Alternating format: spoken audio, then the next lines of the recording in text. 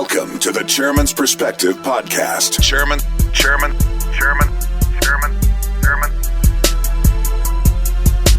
And welcome to another episode of the Chairman's Perspective, powered by the KUDZUKIAN Network. I am one of your hosts, Lee Eric Smith. I am joined by none other than Chairman Van Turner. Van Turner Jr. of the Shelby County Commission. The County Commission meets at 160 North Main. Is that spelled M-A-I-N or M-A-N-E? Which one would you like? It's M-A-I-N for now. For now. There's a movement to rename Main Street, which I think would be great. In today's show, we're going to talk about a lot of different things. We're going to talk about transportation and the county's role in MATA. We'll also get into what's happening with Electrolux, the latest there, and we'll touch on the de-annexation of South Cordova. All of that and more when we get back after this break here on the Chairman's Perspective, powered by the KUDZUKIAN Network. We'll be right back. The Chairman's Perspective on the KUDZUKIAN Network. R&R on Sports is proud to be on Sirius XM. So what's R&R stand for? Real talk and relevant sports issues. It's racial and relative. We're brothers from the South. We can relate. R&R on Sports on the KUDZUKIAN Network.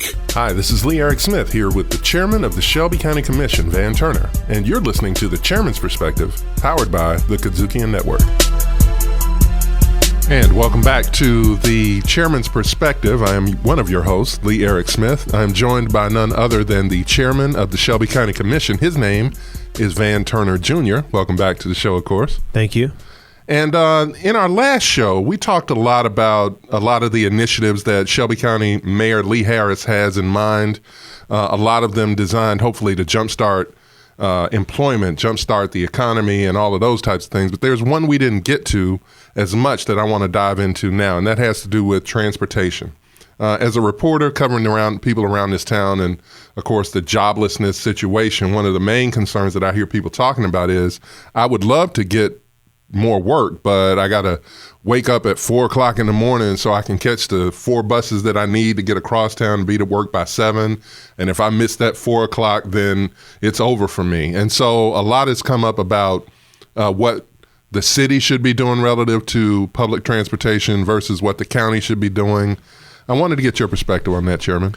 Yeah, I mean, when you visit other cities and you just can, name anyone, whether you're in D.C. and it's the Metro, whether you're in Chicago, it's the L, whether you're in Atlanta, it's the MARTA system. Light rail really transforms a community. And I know the vote just failed in Nashville, but when you look at just light rail systems, which tie into a very good public transportation system, period, you see how that really changes a city, and it allows for fluidity between one part of the city to the other. It allows a person who does not have a car or cannot afford a car at this time or doesn't want a car to be able to be transported from one part of the city to another, to work, to go to shows, to games, and to do other things. And for instance, if we have big events here, you don't necessarily want to deal with coming downtown to park. The ability to get on a bus and be able to have that bus be reliable and to really get you there on time and you not have to take the 4 buses you talked about, I think is important. So if you're looking at a Memphis for the 21st century, if you're looking at a Memphis 2 decades from now, I think Memphis has to have greater transportation services for the public. And that's just that's just bottom line.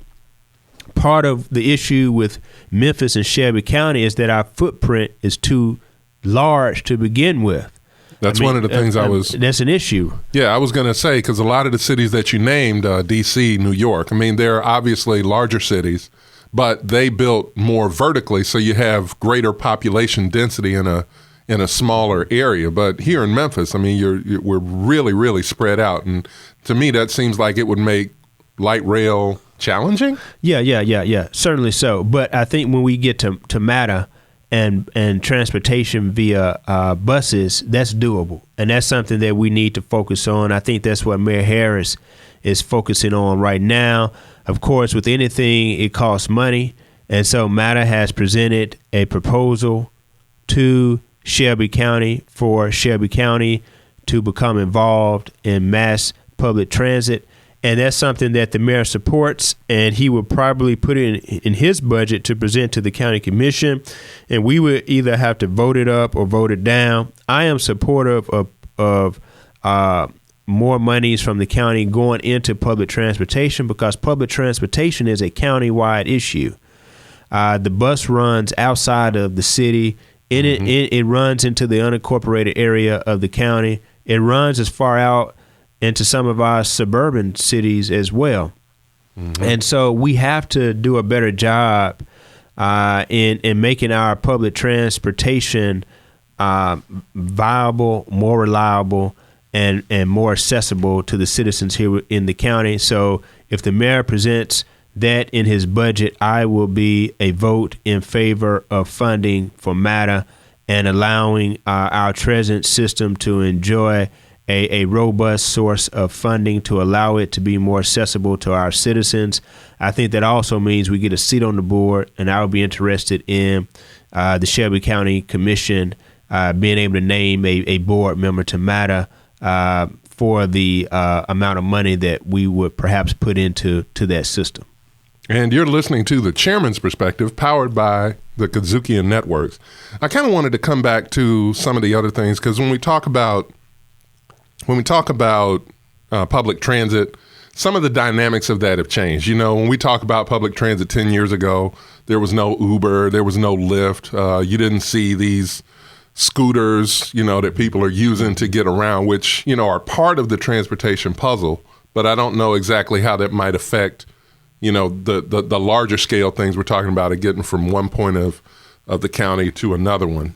How do you see those smaller kind of pieces, those, you know, tendrils, so to speak, working out? It's absolutely absolutely necessary. And you have the ride share situation where you don't even have to own your car. You just rent the car, you know, for the day and drop it back off. And, you know, you don't have any of the headache of having to change the oil, the tires, and, you know, any of those other things. So I think that fits into the puzzle. And that's really the 21st century, to where creative entrepreneurship, you know, puts us in a different place than we were when you and I were growing up. Things are happening that we would never believe. And so I think that that's really, really critical, really important. I just used Uber the other day, and, you know, you have Lyft as well. So, right. I mean, this is the future, you know, and you could perhaps see a time, and you would never have thought of it, but you could perhaps see a time where a young professional could come to Memphis and not need a car. From, you know, based on all the services that are being offered, from Uber to Lyft to the ride share to the scooters to, you know, a new MATA, you know, and to me, you know, that's the idea. I mean, that's what you want. You want people to live and play within the heart of the city, to raise families in strong, safe communities where they can walk, ride, and get around and not necessarily need a car. And so, tagging along with that whole concept of density within the city, both Mayor Strickland and Mayor Harris have decided to shrink the footprint to build up, not out. And I know we're getting into the Cordova issue later on, but I think that that's probably a smart thing to do, given the fact that we're so overextended right now. Services are having to get so far out. And it's just something that, you know, cannot be managed or maintained for the future. And so I'm supportive of the building up, not out. We need to go into Fox Meadows, Parkway Village, Hickory Hill, Whitehaven, Fraser, Raleigh, and you know, re-infuse capital back into these core areas of the city. You know, you can only run so far where it just becomes crazy. You know, you have an hour and a half long commute in the city, hour and a half long commute after work. I mean, that's gonna get old. Yeah, well, we're gonna have to get into the size of the city in a minute, and don't get me started on the transportation piece. I'm still picking pebbles out of my skin from that time I jumped on that scooter. But we'll be back after this, right here on Chairman's Perspective, powered by the KUDZUKIAN Network. Don't go away. The Chairman's Perspective on the KUDZUKIAN Network. Riffin' on jazz. When two friends get together to kick it about jazz, it's called Riffin' on Jazz. Catch us riffing on jazz every week right here on your favorite broadcast or podcast platforms. Riffin' on jazz on the KUDZUKIAN Network. KUDZUKIAN! The Chairman's Perspective on the KUDZUKIAN Network. And we are back on The Chairman's Perspective. I am one of your co-hosts, Lee Eric Smith, joined by none other than the chairman of the Shelby County Commission, Mr. Van Turner Jr. And in our last segment, we were talking some about transportation and MATA and the whole trouble for some of the working class to get from one part of Memphis or Shelby County to another. But we also tipped off that we wanted to talk some about the pending de-annexation of South Cordova, which basically means a part of Memphis that had been annexed by the city of Memphis is now going to be de-annexed, and that's going to return to the county. But and people have heard about this, but can you kind of just explain in general terms what that means in the broad sense, what it means to have South Cordova, quote, leave Memphis and return to the county? So heretofore, if the city wanted to annex an area, it could do so without any kind of recourse, even if the citizens wanted to protest the annexation. A lot of times, if they went into court because of how the law was written, the city could still go ahead and annex the city if it was in a certain area which had been zoned to eventually be annexed into the city. And so I recall the attorney who worked on a lot of those cases back in the day, he would oftentimes be in court and there'll be petitions and the people wouldn't want to come into the city. But, you know, most of the time, all the time, in every instance, he won because the state law was on his side. Mm-hmm. So that's changed now. And the law says that the citizens get a vote. And in that case, in most instances, what we're seeing is that these citizens who are outside of the city are voting and are protesting, are saying that they don't want to be annexed into the city. The new law also allows you to de-annex that area which was annexed prior to. And so that's what you're seeing with South Cordova. Those citizens say that they were annexed and they were annexed against their will, and now they want to break away and come back into the county. And so that's what you see with the de-annexation. And the important piece to remember is that this was not the only area. There were other areas as well, mm-hmm. which, were contemplating de-annexation. And it was going to be a thing where they were just going to be able to pull out, and the city had no control over what was happening. All this stuff was matriculating at the state capitol in Nashville, and they were doing so without the input of the city. That's when the city went up and said, hey, let us do it. We're going to get it done, but allow the local stakeholders to do this in a orderly way. And so the state pulled back and allowed the city to work with these various communities to do it in an orderly way. And so that's what we're seeing happening right now. And I think that that's the best way for it to take place. These areas will come back into the county, of course. Yeah, it sounds like it makes a lot of sense. And one of the things, though, I kind of want to connect the dots with, though, is, all right, let's just say I live in Whitehaven, which mm-hmm. Isn't exactly close to South Cordova. But, you know, how does it affect me if I live in Whitehaven? I know there's some math involved with, you know, how city services are paid for and who's paying for them, that type of thing. But I wanted to get, you know, your concept on that. You know, before you get to that real quick, you're listening to The Chairman's Perspective, powered by the KUDZUKIAN Network. Go ahead. Well, when you spread the load out among more people, it lightens the load. So when you have a larger tax base, that means that not all of it will fall upon those who are in these areas such as Whitehaven or other places within the city, because you have the taxes coming in from South Cordova, which means that not all the burden falls on you. So you're losing a segment of your tax base. So that's how it impacts and affects other areas of the city. Okay, but I didn't mean to interrupt, but so the theory is that if you take South Cordova off of the tax rolls, then that part of Shelby County won't be getting city funds for certain services. But the city also won't be getting the income required to run those services either, correct? Yeah.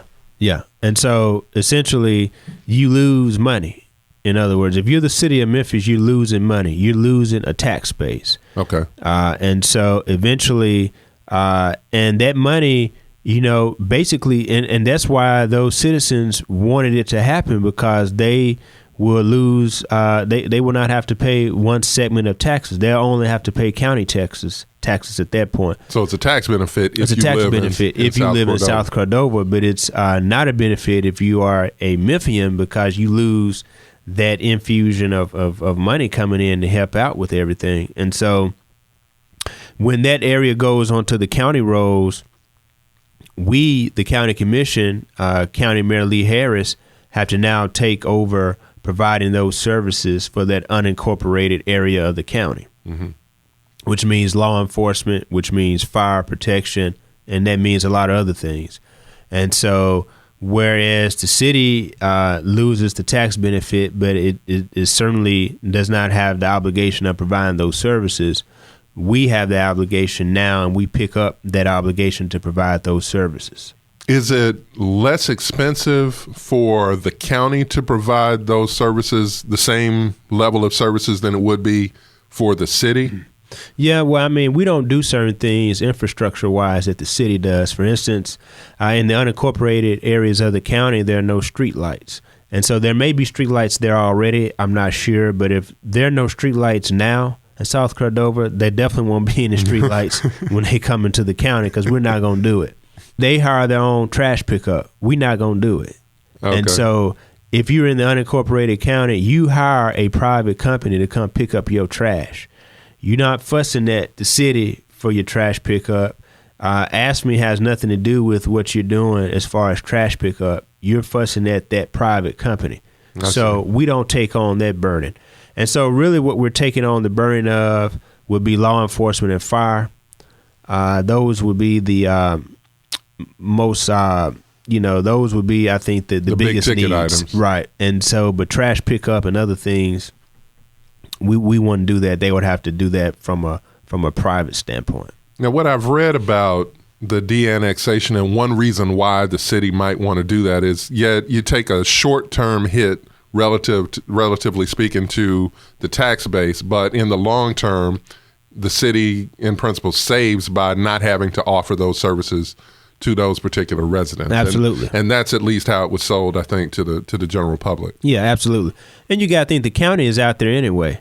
So, we are built to really patrol and to watch after and to do what we have to do for the entire county, which is, easier, I think, for the county to do so as opposed to the city, which is, of course, more concerned, or there are more needs within the urban core of the city. I mean, once you get out to South Cordova, you've left the core of the city of Memphis. Yeah. From a few miles. Mm-hmm. And so I think we're more naturally geared towards looking at how do we provide those services countywide, because it's something that we are built to do, and it's something that we've been doing. For instance, there are certain suburban cities which are far out in the county that don't have their own law enforcement. So the deputies provide those law enforcement services.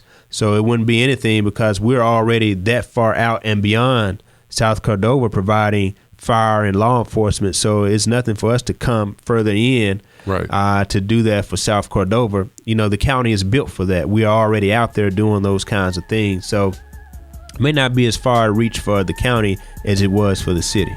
And that's good information. I've been wanting to help other people understand more about the annexation issue there with South Cordova anyway. So a lot of good information. We'll have more to come back in our next segment here on The Chairman's Perspective, powered by the KUDZUKIAN Network. Don't go away. R&R on Sports is proud to be on Sirius XM. So what's R&R stand for? Real talk and relevant sports issues. It's racial and relative. We're brothers from the South. We can relate. R&R on Sports on the KUDZUKIAN Network. KUDZUKIAN. The Chairman's Perspective on the KUDZUKIAN Network. And we are back on Chairman's Perspective. My name is Lee Eric Smith, joined by none other than the Chairman of the Shelby County Commission, Mr. Van Turner Jr. So glad to have these opportunities to talk with you. And on behalf of myself and anybody else that was kind of shaken by the news that Electrolux is leaving Memphis, and obviously that means they were expected to not only have the jobs there, but to provide them for years to come. Now that's going. What's the latest going on with the Electrolux situation, and what should we be most concerned with? Well, what's happening now is a negotiation. And this is a process which is really undertaken by the attorneys, but they will keep us informed. And I want to let the citizens of this great county know that we are not going to let Electrolux off the hook that easily. We're going to make sure that if anything is owed to the citizens of this county, we get it. To the citizens of this great city, Memphis, we're going to get it. And, this is just such a travesty for this community, but we learned something. The incentives are a necessity. And let me explain this to you. People say it's corporate welfare. They say, as a citizen, private citizen, why do I have to pay my full taxes and these companies don't pay their full taxes? And it doesn't seem fair. It's not right. It's not equitable. Mm-hmm. But what you have to understand is that we are in a competition with Arkansas and Mississippi for jobs and for employment. And so when companies look at the Mid-South, where they're going to place their headquarters, where they're going to place their businesses, we have to offer an attractive package, because you have to think long term. Would you rather us just stay where we are and not attract any new businesses here and allow all the new businesses to go to Arkansas and Mississippi? Or would you rather compete for those businesses? Surely you don't want to have our young people go through public education, get their degrees, do what we tell them to do, go to school and do your homework and do well, get that diploma, and there's no job. Right. So surely we're not asking our young people to do all this and they have to go to Mississippi, Arkansas, or wherever else to get jobs. So we need jobs in this community, and we need to continue to attract companies in this community. And because the state legislature has put us in such a way, we can really only do a few things. And what we can do is do what we call a pilot, and we'll discuss this perhaps at some later show, a payment in lieu of taxes, and we'll get into what that means. But that doesn't mean the corporation does not pay anything. They have to make payments. They just don't pay the full taxes. And once they are complete with their obligation as far as job growth, jobs, a lot of the times they have ex-offender programs, so hiring people who are out of jail. Once they've done all of that, then they go back onto the tax rolls, because you can only grant these incentives for a certain amount of time, and then they go on the tax rolls. We're mad and we're pissed off, and rightfully so, at Electrolux, because they said they would do these things over a span of time. Then after that span of time, they would come back on the tax rolls. So one, they didn't do what they said they were going to do. And then two, we're not going to get them back on the tax rolls at the full value before they leave. Now we have things that are called clawbacks. We have repercussions. We have penalties. There are a lot of things that we do now.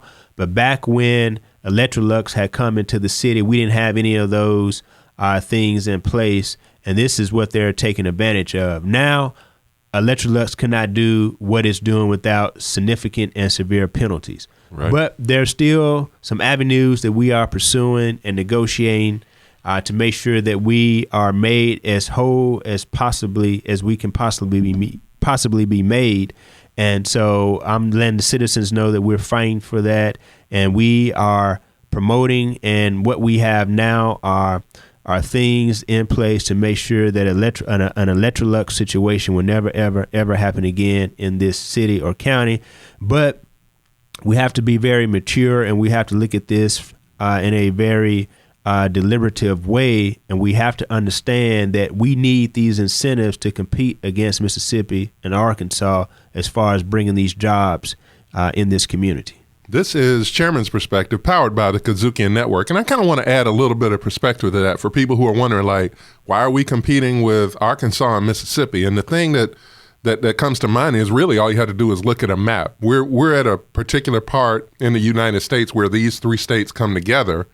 And if you are able to, for instance, if a major corporation is able to set up a factory or a warehouse in Arkansas or in, say, South Haven, Olive Branch, okay, my hometown, Holly Springs, Mississippi, whatever it is, but because of whatever the tax circumstances are there, you get to have the tax benefits of being in Arkansas and Mississippi, but still have all of the logistical advantages of being in Memphis, then that's the kind of competition that Memphis and Shelby County is facing. Right, absolutely. So Olive Branch, West Memphis, or any of those other smaller cities which are close to Memphis, but in Mississippi and Arkansas, they don't have the amenities that we have. There's no Orpheum Theater, there's no Civil Rights Museum, no Beale Street, Memphis Grizzlies, none of that. All of that is in Memphis, but they're 10 minutes away. They're 20 minutes away. So when those companies relocate in West Memphis, Olive Branch,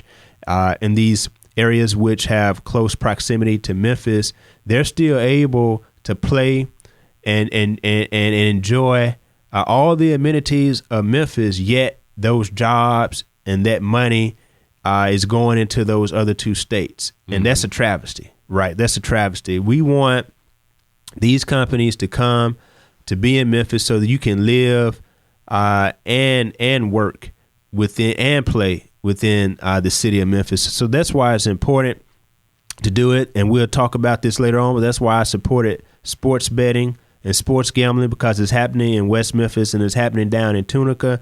And, you know, that's another source of income that we could dedicate to education, to public safety, that's leaving this community, going into our neighboring states. And unless we do something to combat that, to compete, that's a revenue that we'll lose. That's an income stream that we'll never realize if we allow these other two neighboring states to take advantage of it, and we don't take advantage of it. Man, this Electrolux situation, in a lot of ways, it just kind of, I think about the dynamics of a city attracting a major employer and then having, backing out of the deal. It sounds a lot like what happened with Amazon in New York City, right. And all of the things that people are like, yeah, we wanted to, stick it to the big corporate, but hold on, that's not necessarily good for the people that are here on the ground. Right. Chairman, these shows that we do, they go so quickly, but they get so much good information in. Want to encourage everyone to make sure you check out Chairman's Perspective here, powered by the KUDZUKIAN Network. My name is Lee Eric Smith. My co-host is none other than Chairman Van D. Turner Jr. Chairman Van D. Turner Jr. And you've been listening to Chairman's Perspective, powered by the KUDZUKIAN Network. I like the way he said funking around. Yeah, that's what they're doing. I did like that, but he said the older. I'm gonna start using it. He said the older electorate is funky. Well, basically, it's what he's saying. He's saying that midterm elections funking around, and that's true with our future. Because it's noted. And I think you're absolutely don't let midterm elections. Don't let them funk up the future. Oh my God! On the KUDZUKIAN Network. And we're back on Chairman's Perspective, powered by the KUDZUKIAN Network. Before we get out of here, Chairman, any closing thoughts? We talked about a lot today about transportation, about de-annexation, about Electrolux. Well, yeah, we're hitting at the core issues in this community. When we talk about transportation, that is something that our grandchildren will be dealing with, benefiting from, hopefully, if we make the investment now. We talked about tax incentives and Electrolux. Yes, what happened with Electrolux is bad, but hopefully we talked about why we need these incentive programs and why we need to attract businesses here to this community. South Cordova, shrinking the city. We want to go up, not out. I think that's important. That's a new movement, and we have to continue that movement during this bicentennial 200-year anniversary of this city and county. So I've enjoyed this program today. Hopefully you've enjoyed it, and we'll be back at you for this next episode. And I don't have anything to add for that other than you've been listening to The Chairman's Perspective, powered by the KUDZUKIAN Network. We will see you next time. The Chairman's Perspective Podcast, hosted by Lee Eric Smith, directed, produced, recorded, and distributed by KUDZUKIAN.